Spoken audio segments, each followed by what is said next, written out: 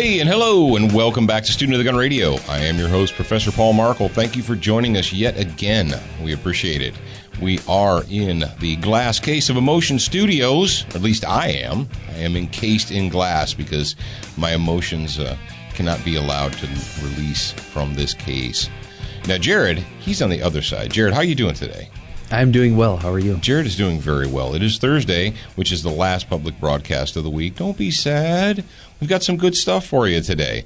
Now, all of you hipsters, you cool dudes, you cats and kittens out there that are part of the Student of the Gun grad program, we've got a good one in store for you tomorrow. We're going to talk about renewing your firearms passport and what that's all about. Oh, and we have some advice from a British tax slave about what we, as the colonists, as Americans, what we need to do to stop gun violence. And you're not going to want to miss that. So make sure that you're tuning in tomorrow for the Student of the Gun bonus hour. Now, you guys know that for all the show notes and the links and what have you, you say, this Paul guy, he told me this, but I don't believe it's true. Okay, fine. Go to studentofthegunradio.com and just click on whichever show that happened to be in, and all of the notes and the sources and the links will be in there. And you can fact check it for yourself if you don't believe me. Now, this week, our featured sponsor of the week is Frog Lube. It's green, it's minty fresh, and it just works. Thank them and check them out at froglube.com or go to their Frog Lube Facebook page and say thanks. Also, big news this week. We finally got a winner. James Shields of Ohio is the winner of the Inland 1945-30 carbine. Congratulations once again to James Shields. And thank you once again to Inland Manufacturing for partnering with us, for partnering with Student of the Gun. They are a sponsor of Student of the Gun TV, which you can watch on Roku or Amazon TV, or you can follow us. Well, not anywhere, not everywhere, but pretty close. We're available 24/7 now on the Student of the Gun television channel.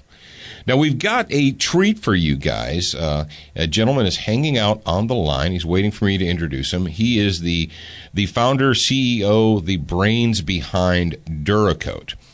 Now, if you'd have told me 5 years ago that there would be a color wars going on. It's funny, we use the term color wars, and people are like, you're a racist. You're a racist. Why are you fostering racism in America? No, the other kind of color, like purple and red and blue and so forth. But we wanted to address this. I mean, obviously, Duracoat is a sponsor of ours. They're friends of ours. We've known the Lauer family for a long time and personally acquainted with them. And we knew them long before they became sponsors of Student of the Gun, but they are on board with us because they get it. What have we been telling you? That there are certain people in the firearms industries that get it, and some that are just trying to sell you blenders. So without further ado, I'm going to go ahead and introduce the man, and we're going to talk, and you're just going to listen, and that's the way it's going to be. Steve, how you doing today?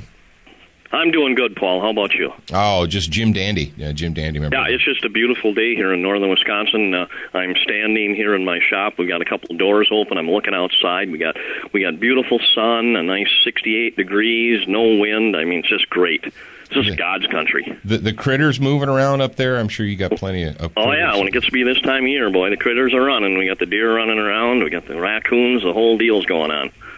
Do you have black bear where you are? Oh, you bet we got black bear. Probably more than we should. Don't leave the kitchen door open. They'll come in and eat your ice cream. Well yeah, I left, and I know better, and I left the door of the back door of my pickup truck open. And I walked away from it for half an hour, and when I got back, everything was strewn out on the ground. A bear? Yeah, you just can't do that. You got to close the door. Otherwise, those guys will find it, and they'll throw it around. I heard if you put bullets into them, they make great rugs. But that's what I was told. Yeah, my allergies are bothering me a little bit today. I'm stuffed up and whatever, but other than that, it's going good, and I'm pretty excited because I'm heading down to Knob Creek here. As soon as I get done talking to you gentlemen, I'm heading for the airport. I'm going down to the Knob Creek machine gun shoot, which I do every October and April. I've been doing that for the last 25 years, I want to say. So we've got to make it to one of those. Yeah, we know our buddy Zach's going up there this weekend, and Walt Keller.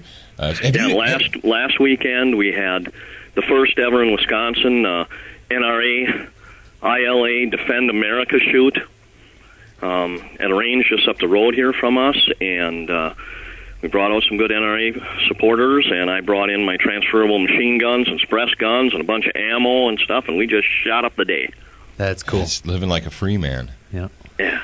Oh, that's excellent. And now, Steve, are you down with me that life is too short to have an ugly gun? Would you say that's true? Yes. Will you go on record right now as saying life is too short to have an ugly gun? Yes. All right. I'm on record. Folks, you heard it. Steve Lauer went on record. Life is too short to have an ugly gun. Now, we're going to talk ugly guns. We're going to talk about colors. We're going to talk about lots of stuff. But let's spend maybe 5 minutes. I don't want to spend the whole show on this. I don't really want to beat the dead horse. But a lot of folks out there in the audience, they came across this story because, let's face it, a lot of people that listen to me, they follow the firearms blogs, they follow the message boards, all that jazz. And we're like, oh, did you guys hear about this Duracoat versus Cerakote thing? And it's like a religion. We know that, if somebody is a Winchester guy or a Mossberg guy or Remington guy and you insult that, it's like you insulted his religion. And somebody who has Cerakote finish on their guns and they see something that doesn't present them, and they're like, they immediately get their back hairs up and they're like, who the heck are you? And I think I've been in this business long enough to know that there have been situations where companies borrowed from other companies, shall we say, reverse engineered other companies' triggers, things like that.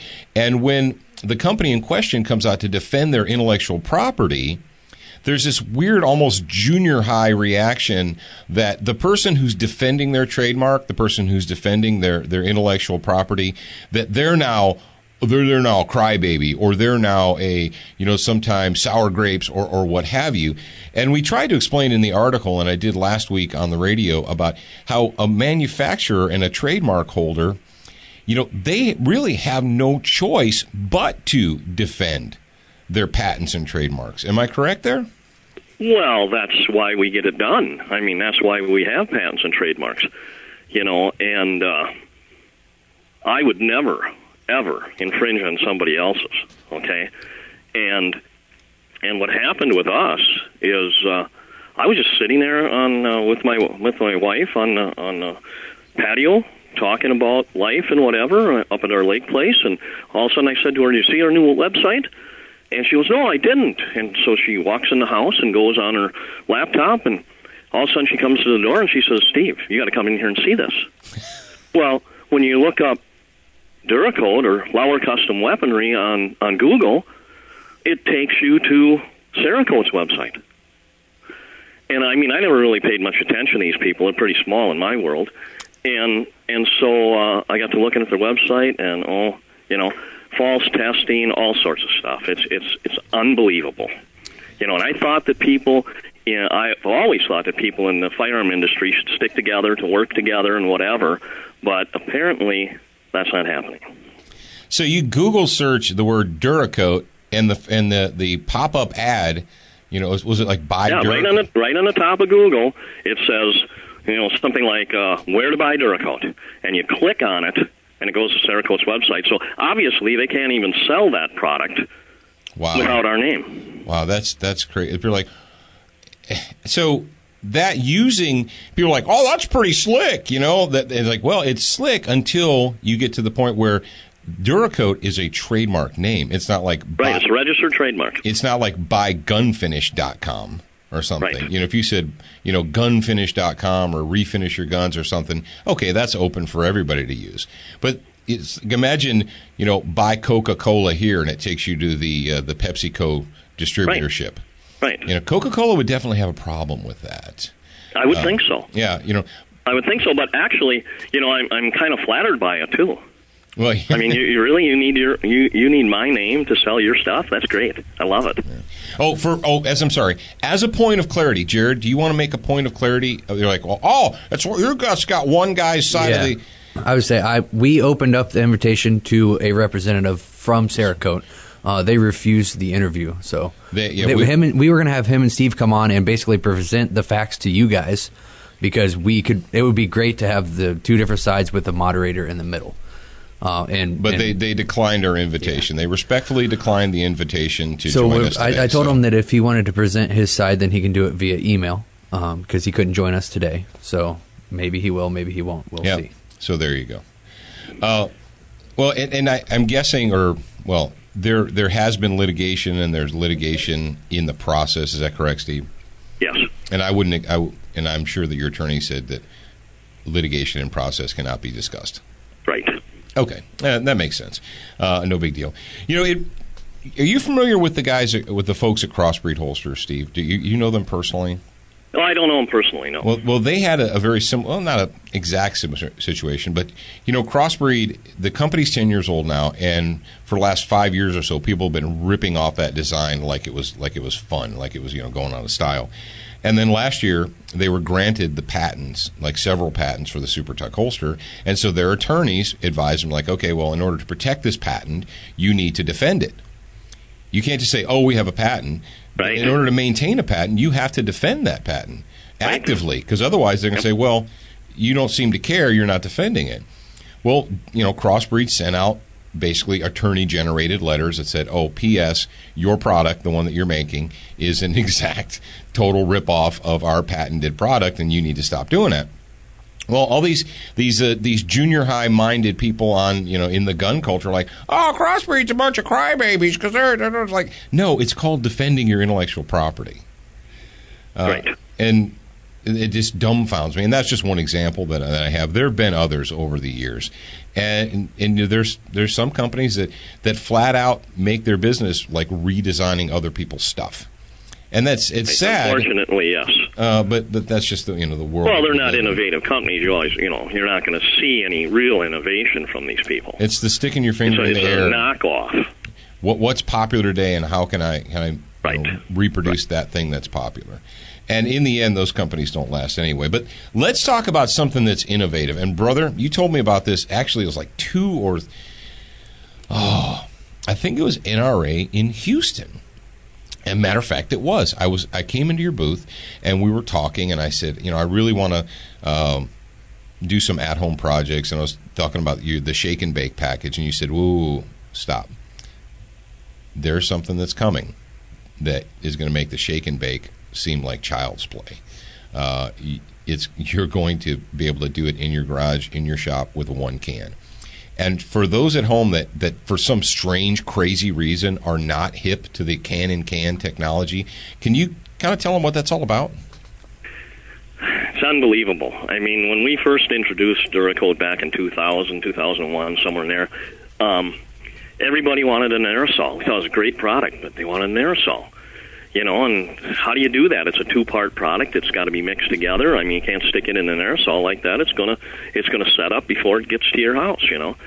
So we worked on it for years. We created the DuraBake product, which has a catalyst that doesn't kick in until 350 degrees, so that could be put in an aerosol, and that's an extremely popular product.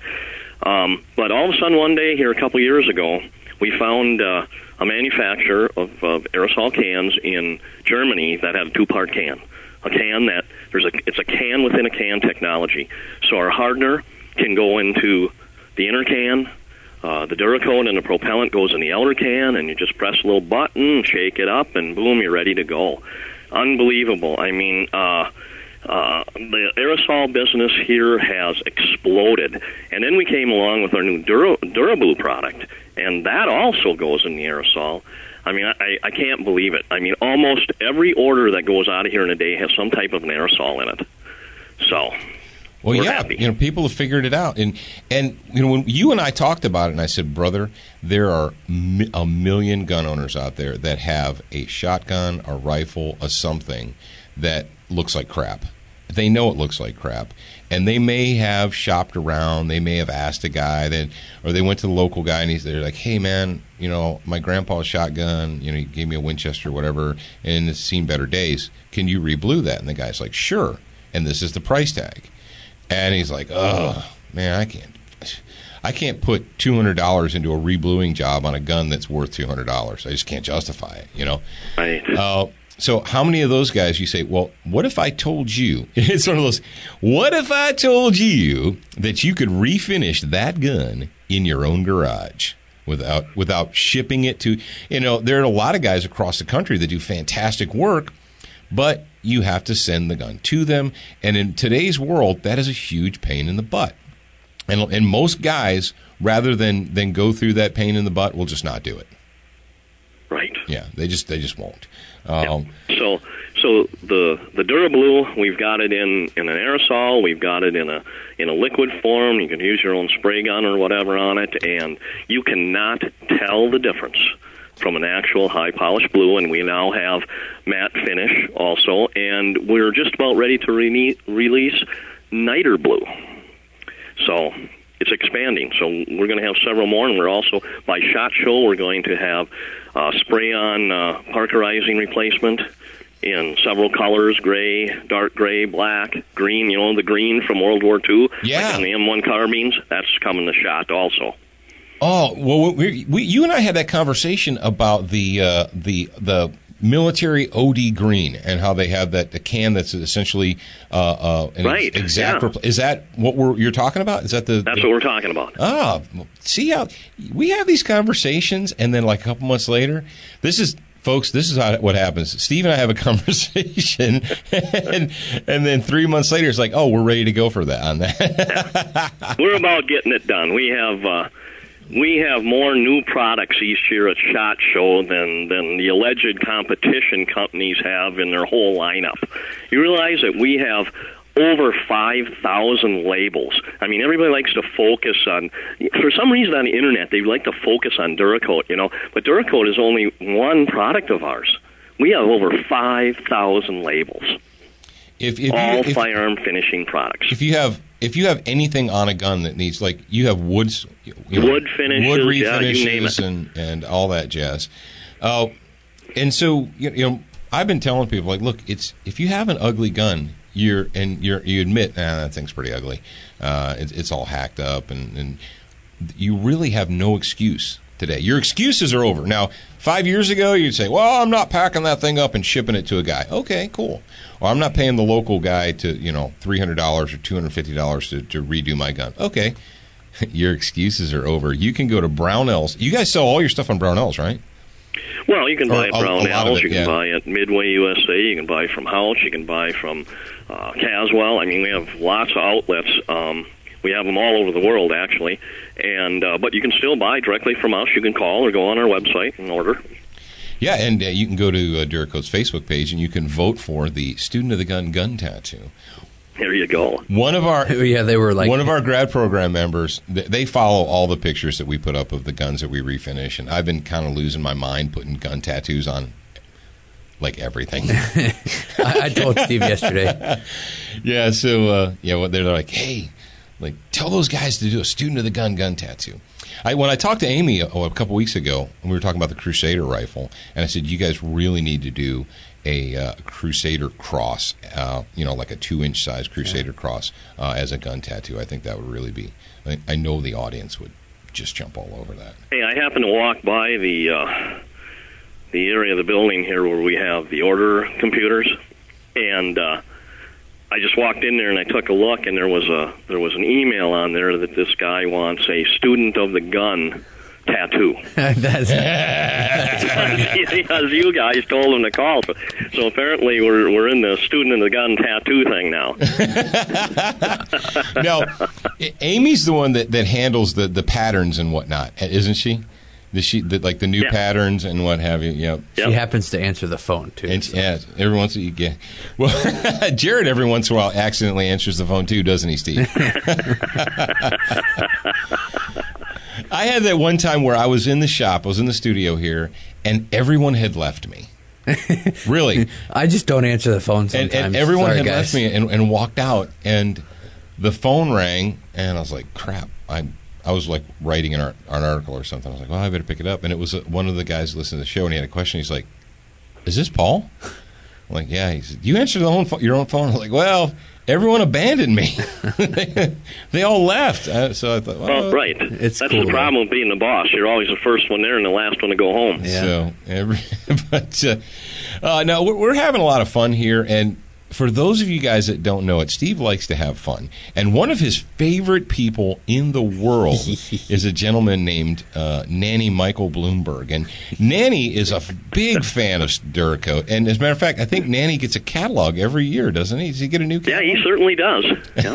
How did that work out? Among other things, he's gotten our little thongs, and he's got, the Just Shoot It thongs, and he's gotten the bobbleheads, and all sorts of things. T-shirts. I love the T-shirts. Down the back, it just goes bang, bang, bang, bang, bang forever. When you get down to the bottom, it goes click, click, click. I'm sure that was one of his favorites. Tell the story about Nanny Bloomberg and Duracoat. Oh, boy. One day, all of a sudden, I get this phone call. One of the guys comes up to me and he says, you've got I don't have an office or anything like that. I work with everybody here, so I'm running around in the building, whatever, and one of my guys comes up to me and says, you got a New York City reporter on the phone. Oh, boy, what's that about? Okay, so I took that, and he said he was standing outside of the press conference room at City Hall in New York City, and the mayor had just decided to ban our product from City of New York. Whoa. That's the best free marketing ever. That's wild. The and paint, I'm sitting back and I'm going, color. you know what? Usually I only get to preach to the choir. Everybody that I preach to about gun rights and whatever is all, pro-gunner.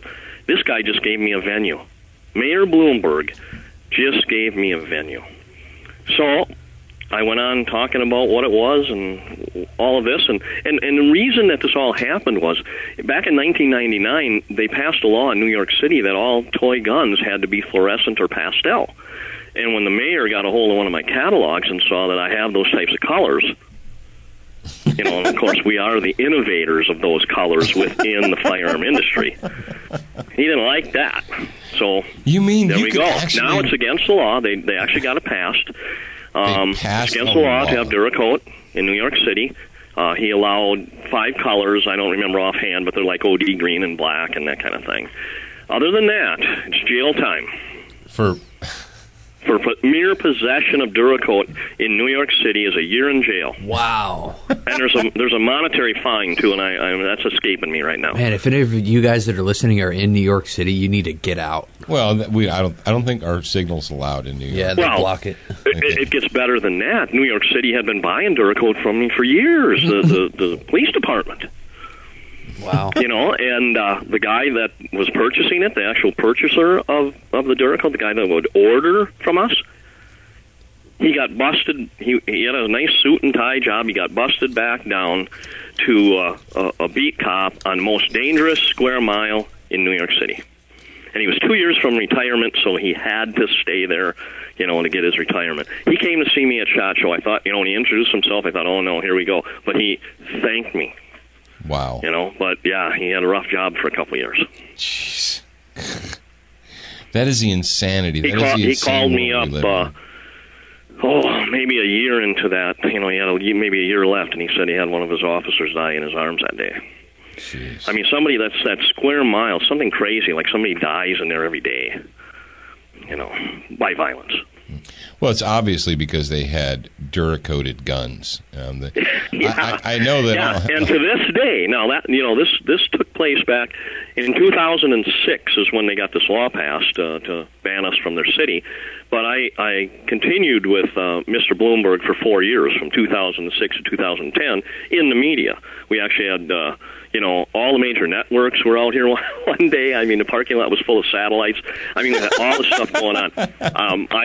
New York Daily News calls us up one day and says, "Hey, we want to come to your shop." Okay, when do you want to come? How about 9 o'clock tomorrow morning? They already had their flights and everything. Everything was set up. They showed up here at 9 o'clock in the morning. They stayed for 4 or 5 hours and videoed and took pictures of all the Duracoat packages going out. And we got a little gun store in the front out here, and they took pictures. It was just crazy. But that went on for 4 years. And finally, when it started out, Mayor Bloomberg when there was an article, and I mean there was at least 100. I remember 80 of them. 80. I lost track, around 80. Of interviews, articles, and magazines and whatever.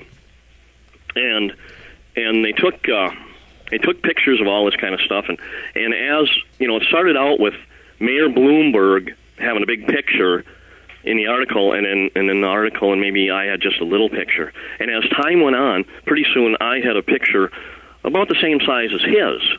And then pretty soon, my picture was bigger than his. And then by 2010, it was only my picture, and he wasn't even on it. That's when he stopped responding. It's like it dried right up. Someone told him, okay, you need to just stop talking to this guy because I got to stop. This guy's beating me. Let's go do something else. Let's go to Oregon and give them some money for reasonable gun control. But I mean, it's crazy because the Bloomberg thing lives on. We coated up a rifle that. In the New York City graffiti, it's really a nice looking gun, and if we don't bring it to a show, somebody, at least somebody's going to say, hey, I want to see that gun. I want to show that gun to my buddy, whatever. So we have to bring it all the time. That one, the brick and mortar graffiti gun. The brick and mortar, yes. Yeah, that has to go to every show. Yeah. My daughter Amy, she did that gun up, and she's got, I believe, 34 bullet holes in the brick that are to scale in 9mm and 45 ACP. It's fun stuff like that. And for a good time, call 1-800, and it's the mayor's office phone number. That kind of stuff. I mean, it's something to see. Oh man, I tell you what, it's you just got to have fun. You got to have fun, and that's why one of the reasons I wanted to have you on. We thought we were going to have somebody else on too to debate, but what the heck is to let the people on the in the audience to most people can't actually meet you. You go to NRA or something like that, but let's face facts. Most people that listen to the show, most people that are out there, don't have an opportunity to actually to hear you speak and to just understand. Come and see me at shows like SHOT Show, NRA. I mean, we're big NRA people. We sponsor our local NRA, Friends of NRA, the Indian Head chapter here. There's 24 chapters in Wisconsin. We donate. We're suppressor manufacturers. We're firearm manufacturers. We donate 22 caliber suppressors to all 24 chapters every year. We donate firearms. We have a Lauer Custom Weaponry hat raffle at our local Indian Head chapter where we donate 3 rifles alone just to that. We donate rifles to the state convention. We donate rifles to the NRA National, for NRA Foundation, for NRA ILA, the legislative branch.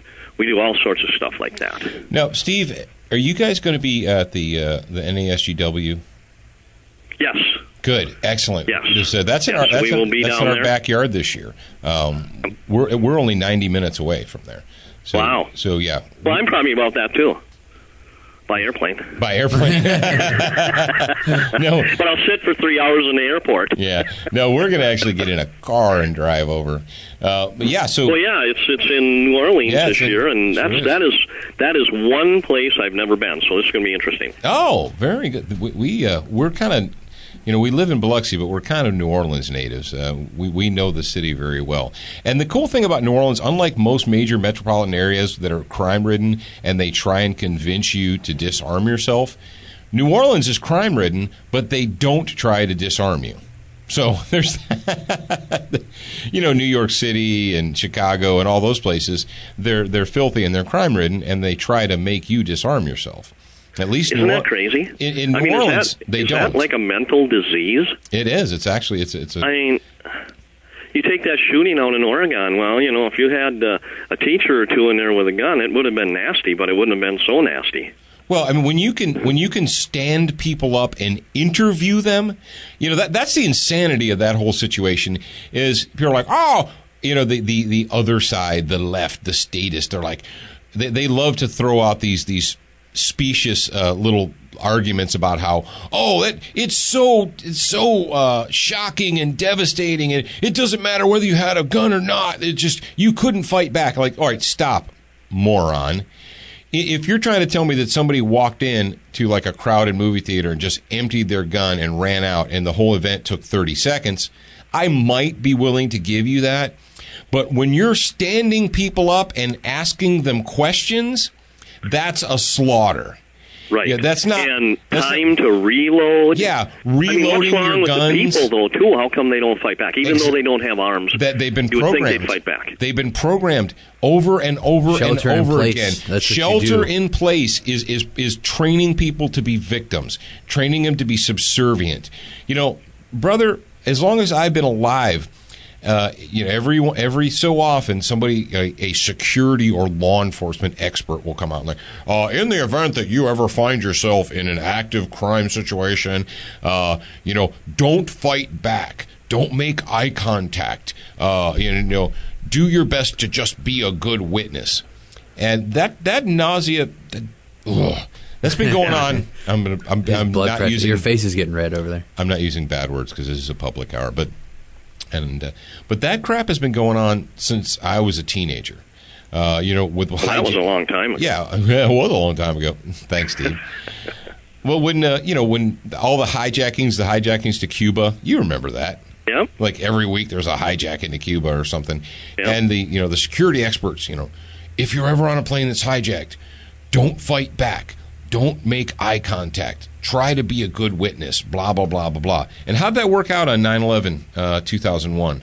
Right. And why can a bunch of goat rapist monsters get onto planes with box cutters and drive them into buildings? Because they knew every single person on that plane had been preconditioned to be a good little victim. They had been told over and over and over again, just be a good witness. Don't fight back. Well, you hit the nail on the head. And that's, you say, how can people just stand around and allow themselves to be shot in the head? That's exactly how. Because you can't make it up. People are like, if I'm ever in it. No, once the situation begins, you can't start coming up with solutions. If you don't have a solution before that, or at least a plan before that, you're not going to make it up on the spot. You're going to go with what you defaulted to. And sadly, most of these people's default is, don't fight back. Don't argue. Don't don't risk it. It's not worth injury. Blah, blah, blah. Hoping, maybe this monster will be merciful and won't, you're reliant upon the mercy of a psychotic monster. I don't know about you, but I don't want to put my faith and life in the hands of a psychotic monster. No, that wouldn't happen. No. I avoid gun-free zones. I mean, this is where 90% of this stuff takes place, in gun-free zones. Oh yeah, because they're not stupid. They know. If there's an establishment in our area that has a no-gun thing, I don't go there. And I'm not going to a theater that doesn't allow me to carry. I carry everywhere. I carry to bed. Yeah. I'm not going to be a victim. Nope. All right, Steve, I appreciate you joining us today. I know you're a busy guy, and I know you're actually prepping for and I got to head to the airport pretty quick here. I got about 10 minutes. I got to be over there. All right. Okay, Steve. And I got to,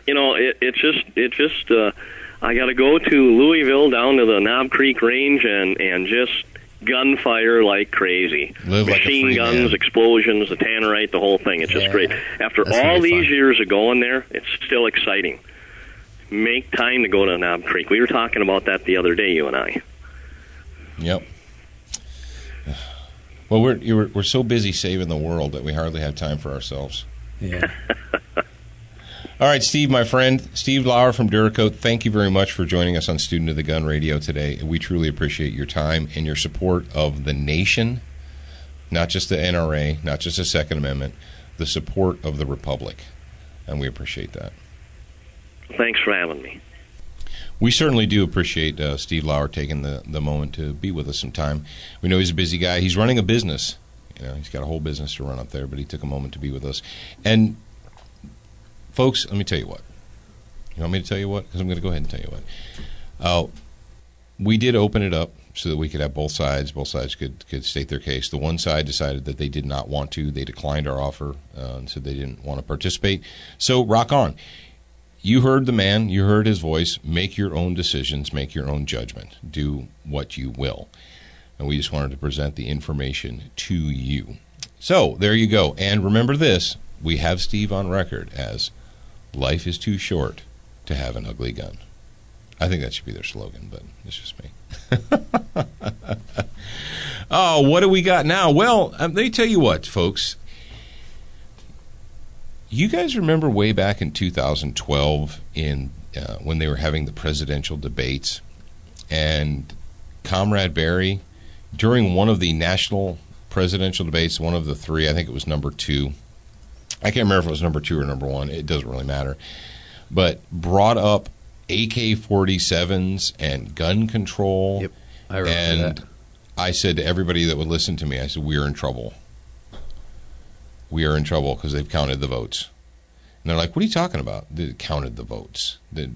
It's months away from the election. It's like, no, they've already counted them up.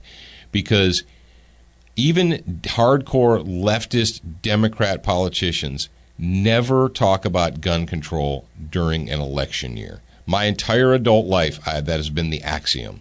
Ask anybody who's a political strategist or what have you, that gun control is a losing issue amongst the vast majority of Americans. They don't want to talk about it. They don't want to hear about it, and they believe that, in essence, the Second Amendment means something, that the Constitution means something.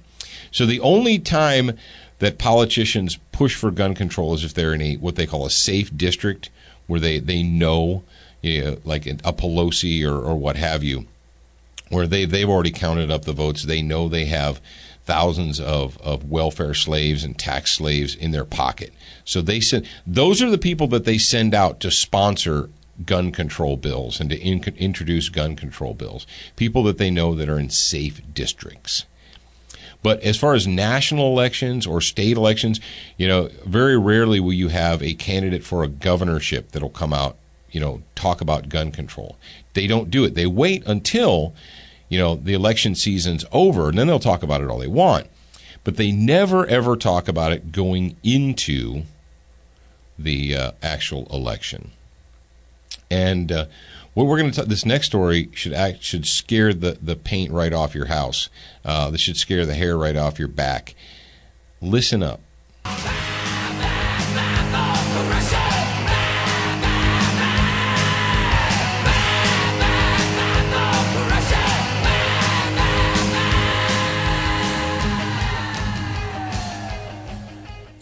Now, this story comes to us from a website called 538.com. And the title is, Why Hillary Clinton Feels Safe Running to the Left of Bernie Sanders on Gun Control. And you don't hear me talking about Hillary much, and we certainly don't talk about Bernie Sanders much on this show because they make me want to throw up. It says, Democrats get dyspeptic trying to understand why, despite the large majority of Americans who favor gun control laws, Congress has done nothing. Democrats get dyspeptic trying to understand why, despite the large majorities of Americans who favor specific gun control laws, Congress has done nothing. Well, okay, I'll tell you this, 538. Number one, that is a lie. That is a flat-out lie. I don't know where they get that majorities of Americans. I suppose if you word the question in a certain way, if it could prevent mass shootings and murders, would you be in favor of reasonable restrictions or background checks? And that's what gun control laws, these universal background checks, are now gun control laws. So if you say to someone, do you favor reasonable restrictions and universal background checks to prevent mass shootings? Most soft-headed numbskulls will say, well, yeah, in that case I would. Now hold on a second. When you click the link that says large majorities of Americans who favor gun control laws, it takes you to a link for an article that is titled Growing Public Support for Gun Rights. And the first sentence reads, for the first time in more than 2 decades of Pew Research Center surveys, there is more support for gun rights than gun control. So their logic is crazy flawed. But the answer to that conundrum also explains why Hillary Clinton feels free to propose stronger gun controls than Bernie Sanders has.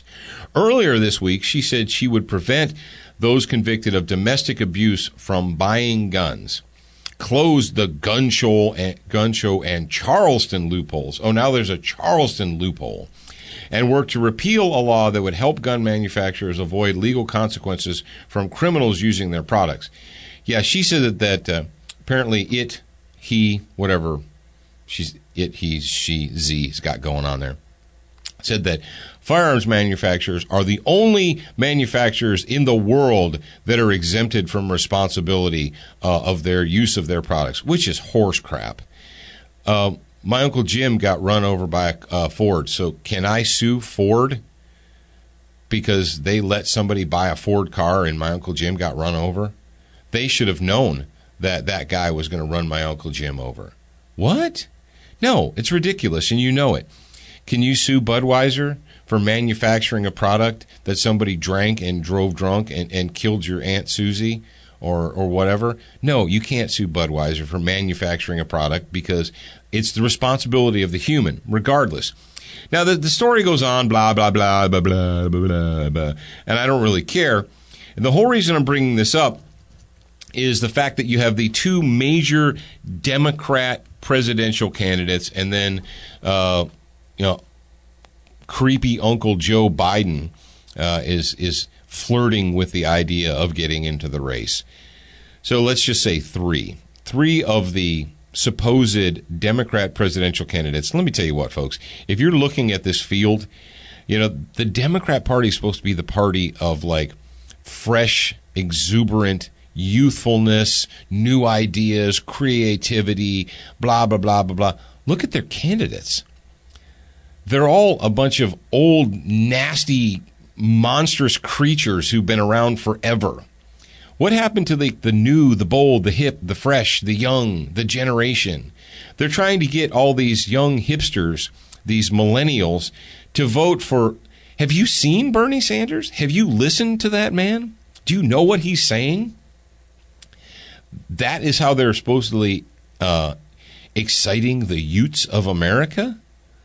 I don't see it, and I don't get it. And Hillary, sweet Buddha on a rubber raft, the fact that she's not currently incarcerated is one of the major symptoms of the disease that we have in the United States of America, of apathy.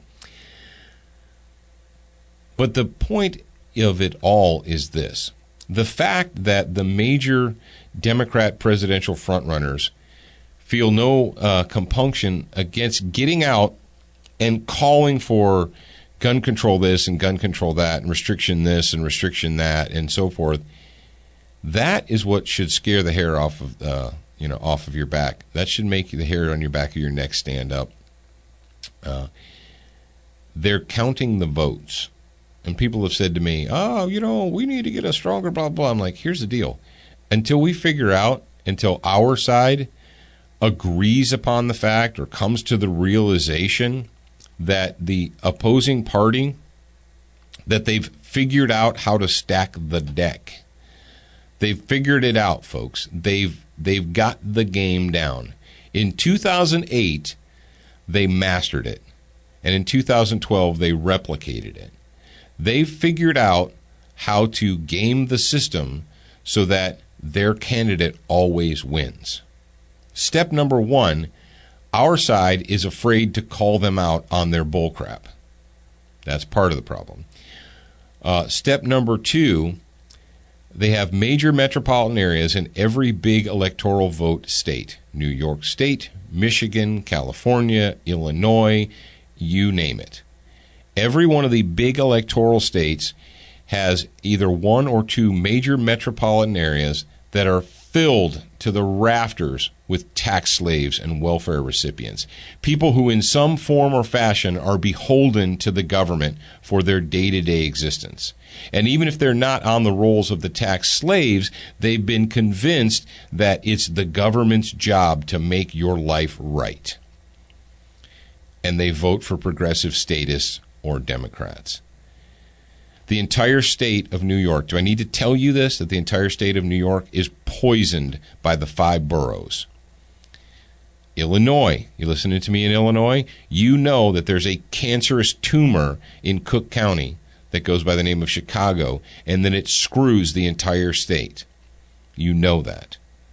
And they're trying They're trying really hard to get Austin and Houston to get the numbers up in those cancerous tumors of cities in Texas to turn Texas over. What we have in the United States of America today, and every time you hear something about candidates in election 2016 and so forth, remember this. We are being ruled by rats. We have cities, major metropolitan areas in the United States of America that are piled full of rats, Democrat rats, leftists and socialists, people that are eating out of your pocket, that are stealing your money, and they don't see a problem. They don't have a problem with it. They think it's great. The government needs to take your money and give it to them. And you say, well, I don't care. I don't live in a big city. It doesn't affect me. It does affect you. The filth and horror that goes on in Chicago and in New York City and in New Jersey and you name it is affecting you, because that's how we got Comrade Barry times 2. And people are like, well, what do you think about 2016? I was like, here's what I think. If we don't reach over and hit that hard reset button on this country, whoever the Democrats decide is going to be their candidate in 2016 will be the next president. Not because they're the best person, not because they will win the majority, not because they'll win the popular vote, because they have gamed the system. They figured it out. And even when we catch them, even when they're caught, we have people in Ohio caught voting 6 times for Comrade Barry. And that wasn't just at one incident. There's numerous incidents. They're not even punished. We have the Black Panthers standing at polling places with clubs telling people before they go in they better do the right thing and vote the right way. The Justice Department, there's no reason to pursue charges. We don't see any voter intimidation there. Not enough evidence to pursue charges. I'm telling you this. When you have Hillary and Bernie and Uncle Joe pandering to their base in public in a national election, you always pander to your base. But in a national election, when other people besides your base are going to have to vote for you, supposedly in order to win, you have to weigh, you have to get the middle of the road undecided, moderates on your side. Folks, they figured it out. They've counted up the votes, and we're being ruled by rats. And until we figure out a way to reset this nation, I don't mean to depress you, but that is the fact. And I can't fathom, Jared, how no one else is saying this in public other than me. Whatever. That brings us right up to the end of Thursday's program. That's right. This is the end of the public broadcast for this week. Don't be sad. We'll be back on Monday. And you are an American. You know what? Will we take money from Australians? It's the end of the world. We do. We'll take money from Australians. We'll take money from tax slaves in merry old England. If you can hear my voice and you speak English, you are eligible to sign up for the Student of the Gun grad program. Go to studentofthegunradio.com. Sign up. You won't regret it. Remember, there's a free 30-day trial. A free 30-day trial. Attached for 30 days. So what's your excuse? 0. You're like, crap, now I have no excuse. All right, hippies, we'll be back. Remember, you're a beginner once, but you should indeed be a student for life.